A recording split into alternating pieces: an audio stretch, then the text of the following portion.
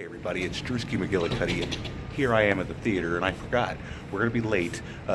We have tickets for one of the most important books ever made into a movie, To Kill a Mockingbird, and I forgot about it because all this Monster Squad nonsense with people not seeing it and stuff. But now I'm going to go and I want to watch To Kill a Mockingbird on the big screen, and then we're going to talk about it in the car. It's Drewski McGillicuddy's To Kill a Mockingbird movie review from the theater parking lot. All right, everybody, here we are in the car. We just came out of To Kill a Mockingbird, one of the most important books. That's where I'm looking. One of the most important books ever written. I joke a lot about never reading books, and I've never read a book and I can't read, but that's a lie. I read this book in 6th grade, and I actually, read the whole thing, which was probably one of the only books besides maybe The Invisible Man that I've ever read from beginning to end. I guess I did read the Odyssey. But yeah, To Kill a Mockingbird. I feel like it's one of the most important books just because it makes you think. You do it. I'm just gonna sit here. What's the movie about, babe? The movie is about a family, the Finch family from, I believe, Macon, Alabama. Is it Mobile, Alabama? No, it's Macon, Alabama. They're in a Alabama. Small town. And the father, Atticus, is a lawyer in the town. His wife passed several years before. He has 2 small children, Scout and Jem, and their help around the house. Her name is Calpurnius. This also takes place during the midst of the Great Depression, because the beginning of the movie, there's a guy taking Atticus what kind of nuts were they? Oh, heck. No, they weren't hazelnuts. Anyway, they were nuts. Hickory nuts. Something like that. A bag full of nuts to pay as part of payment for the legal services that Atticus did. And Scout asked Atticus, why is he paying you with nuts? And he says, well, because he doesn't have any money. He's like, oh, are they poor? And he said, you could say that. He said, she asked if we're poor. And he says, well, yeah. And he's like, are we as poor as they are? And he's like, well, not exactly. But basically, because he said they were farm folk and they were hit harder by the crash. with the crash of the stock market than, say, city folk, regular folk, because Atticus is a lawyer, like we said. But this movie, it starts out as like a coming of age story because you got Jim and Scout, and it's just them playing around the neighborhood. There's the new kid that comes to town. They see him in the Cabbage Patch, I guess. Yeah, he's their neighbor's nephew. His name is Dill. And just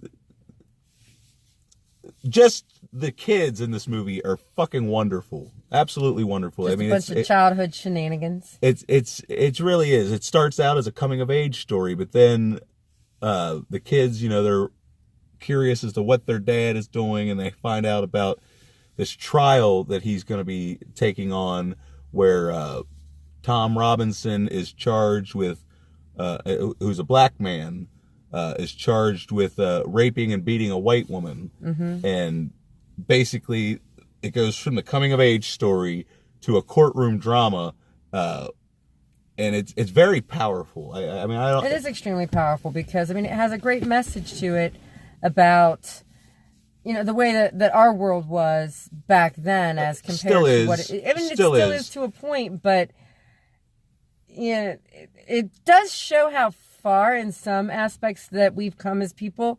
But then when you stop and think, that crap right there that we're watching right here, that's still happening. So, it does give you a lot to think about. It's a very, very strong story. And Gregory Peck. Oh my God, let's talk about Gregory Peck. He's an amazing actor. I can listen to him talk. Shit, he should have did if they made a book on tape, have him narrate this shit. I could listen to him talk all day. Like, my favorite part of the movie, aside from when they get to the courtroom, is when Gregory Peck goes to the jail to keep an eye on Tom Robinson because there's a bunch of hillbillies and they get a lynch mob together, and they're going to go down to where they're holding him before the trial takes place and just act a bunch of fools. And all the kids go down to find out what their dad's doing, and then they see this mob just surrounding him. So then Jim and Scout and Dill all run up, and Atticus tells him, go home, kids. And Jim says, no, sir. And he stands his ground. He's not going to leave his dad, because I guess he figures that these guys ain't going to do nothing when there's a bunch of kids there, which kind of. They were gonna. They were gonna. But yeah, I mean, if you haven't seen this movie, I don't really want to tell you all about it. All I can say is, it's a coming of age story. It's a courtroom drama. It's a movie about prejudice and about, right doing what's right in your heart, because even Scout asks him, she says, what the hell does she say? I can't say it because they use a word that I'm not going to say, but when she's sitting on the porch because Scout, she's a tomboy, and she just beats the shit out of people at school. But she beats this one kid up because he says he said that her father is defending a N-word. N-word Jim. No, she just said N-word. N-word.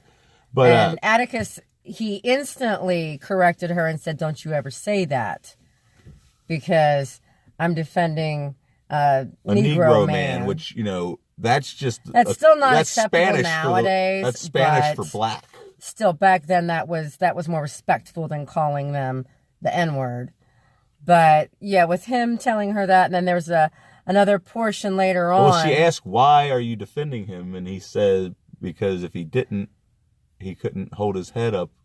He couldn't hold his head up around town, and he could not tell the children what they could and couldn't do, because even though it was frowned upon for him to defend the black man, it was still the right thing to do. Well, I don't think the town people cared that he was defending the black man. They just didn't want him to do an honest defense. They just wanted him to sit there and just go, and let whatever happen to the defendant. And he was not about that. Because that's the thing about, like, when they do get to the trial, because like there's a wonderful chunk of this movie that happens where it's lighthearted and fun with the kids, and there's the Radley house and Boo Radley, and they're all scared of Boo, but they don't realize that Boo's the one that keeps leaving these little trinkets in this tree hole. And then one day, Boo's father cements the tree hole shut. But yeah, they dare each other to go touch the door on the porch and stuff like that. Haunted boogeyman house, but there's people that live there. That's the beginning of the movie, is just, the coming of age part. But then it gets more serious once the trial comes, and the kids even go watch the entire trial, but they watch it up in the rafters with the other black folk, the balcony, because the black folk had to watch it up because, it was hot up there. Segregation And the white people didn't want to be bothered to be where the heat rises. Well, no, it was segregation is what it was. Still, the blacks had to watch in a separate spot from the whites. And since the courtroom on the ground floor was all filled, the children decided to go up with the one black minister, because their father was defending. Yeah, I mean, they were raised right. They weren't raised to see people and judge them by the color of their skin. They were raised to judge people by their character, because that's how I was raised. I mean, that's how everybody should be raised, because sometimes I see black people and it's like, oh, psh. But then sometimes I see white people and I'm like, fuck. So it has nothing to do with the color of your skin. It's whether or not you're a fucking asshole or not. And I'll tell you what, that fucking Bob Yule, he's a fucking asshole. That motherfucker beat the shit. Oh, no, I shouldn't tell everybody. Don't. Okay, so, yeah. Basically, before we even though this movie came out in 1962, and you should have seen it, this is one movie that I should say that they should force everyone to watch in school. Mm-hmm. You should be forced to watch this probably around the age of 12, when your brain starts being able to handle like heavy shit, because this movie's pretty heavy. But yeah, like once you get to the trial, that's where the performances really shine. Like the scene with Gregory Peck telling the jury, like, what's the one thing that he says? Well, he kept saying that, something about God when he was. Well, he hoped to God that they did the right thing. Well, the thing that he brought up was the fact that the only crime that man committed was feeling sorry for a white woman. And the only Heaven crime she forbid. committed was kissing a black man. Oh, shit. I'm trying not to spoil shit. But basically... I already said spoiler alert. Gregory Peck's just... what he says to these people and, like, the way he... attorneys... Whatever. When he's in the courtroom... the way he presents his case. It makes it, full-blownly obvious that, you know, it's an airtight, open and shut case. But no, with the fucking racism and the prejudices in the world back then, that wasn't good enough. I mean, no. But no, we're not going to spoil it. I don't want to spoil it. Things, though, and I just read this as we were sitting here getting ready, was that Gregory Peck's closing argument took 6 minutes and 30 seconds, and he did that in one take. Yeah, so it was just, he had it. But then we go to the aftermath and whatnot, and then, you know, the story concludes, which I don't want to... Well, no, the story continues. The story continues. Afterwards. But I don't want to... Like I said, if you're one of those people that wasn't forced to watch this in school, and you're one of the people that haven't seen this, it's a lot like Monster Squad.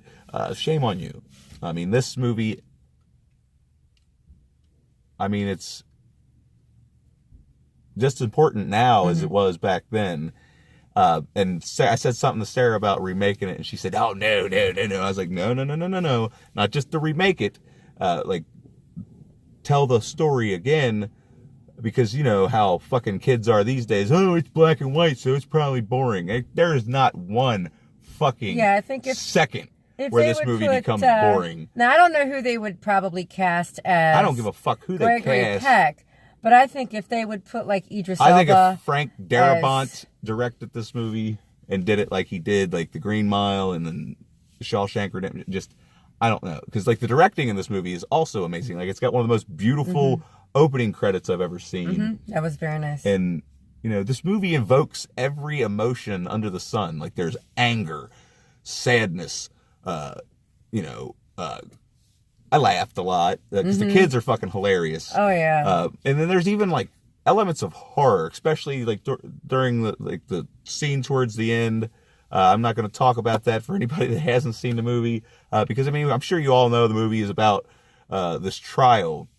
And, you know, I always forget why they call the movie To Kill a Mockingbird, and it's because it is a sin to kill a mockingbird because, you know, you can kill all the blue jays because, like, Jim is pestering Atticus about, when am I going to get a gun? And he then really wants he his finds own out, gun. He finds out Dill got his gun when he was... No, not Dill, Walter. Oh, Walter. Oh, yeah, never mind. Anyway, don't worry about it. But it's funny because how they actually explain why the movie's called To Kill a Mockingbird by saying that it's a sin to kill a mockingbird, and then later on in the movie, there's an event that happens, and if you've read the book or seen the movie, you know what I'm talking about. Well, yeah, it's a sin to kill a mockingbird because a mockingbird does nothing but bring joy, sing songs, brings joy to the world, whereas if you want to kill as many blue jays that do damage and all this, that, and the other, you know, that's fine.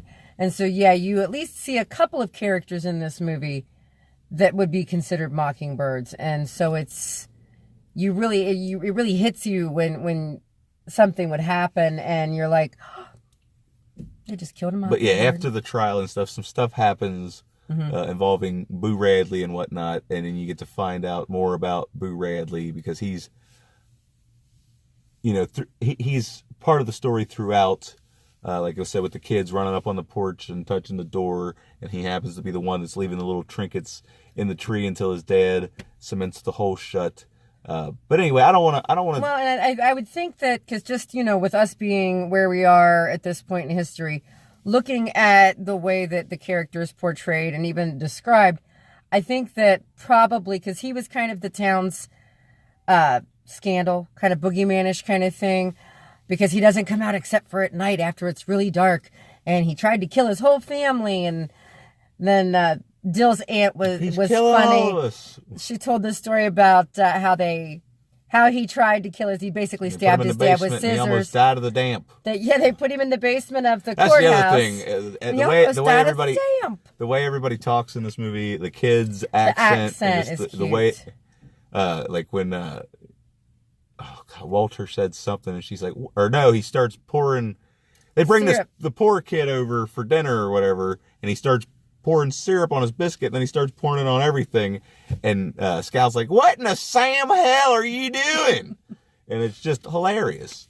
But anyway, I don't want to ramble on anymore. Or like, I have no idea what I'm doing. But I wanted to express to you how powerful this movie is. Yes. Like, this is one of those movies. There's no way to put a rating on it because it's perfect. It's evidently clear that this movie's perfect. It won the Best Picture Oscar of 1962, which I'm surprised that it won Best Actor because Gregory Peck 1963 is just wow, like absolutely wow. And even the and kids that in was this his movie, favorite. like the only bad performance of all time. The only bad performance in this movie, I would say, was May Ellen, the girl who plays the victim or whatever. But anyway, her performance was a little hammy. I don't know. I think that was probably because of they wanted to show how backward she was. Because, see, she was in the Twilight Zone. She was actually in the episode entitled Number 12 Looks Like You. And she didn't do that bad. But, no, I think that they made her kind of do more of a hokey, trashy kind of behavior because they wanted to point out how unreliably unbelievable she was. And especially, with what she was accusing Tom Robinson of. You should strive to be more like Greggy Peck? Greggy. You should strive to be more like Gregory Peck and less like Bob Yule. Yes. And the rest of these more like fucking Atticus Finch. Be an backwards Atticus. ass hillbillies. But anyway, so yeah, this movie is perfect. Absolutely perfect. So I'm not even going to bother. 10, 100, whatever, blah, blah, 15 blah. out of 10. Doesn't matter. It doesn't fucking 15 matter. out of 10. It goes without saying. It goes without saying that if you haven't seen To Kill a Mockingbird, you owe it to yourself. Please do. To check this movie out. It's now available on Blu-ray. Or you can check your Fathom events at your local theaters and see if it might be coming to a theater near you, because I strongly recommend checking this motherfucker out on the theater. I think it's going to be next weekend. Because again? Or maybe the first weekend of April is when they're for going to have some reason, when the music started, it was just like The Wizard of Oz all over again. The music started playing and the opening credits started happening with, Scout sitting there drawing and showing all the trinkets that are in the box that they got out of the tree.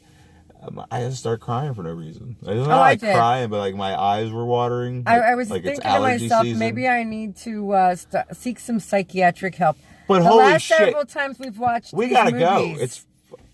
I think I'm gonna watch on, but I'm pretty sure that we've been here for far too long. We have been here. Make sure you like for this almost video. 3 hours. Make sure you like this video. Subscribe for more classic movie reviews. Because I'm not just a horror guy. I like to watch all kinds of fucking movies. And you should too. Don't just stick to one genre, because movies are an art form. And, if you stick to one art form, then you're just going to be boring. You're boring. Movies are like food. Yeah. If you only eat Taco Bell all the time, you're missing out on KFC. It's a fucking terrible analogy.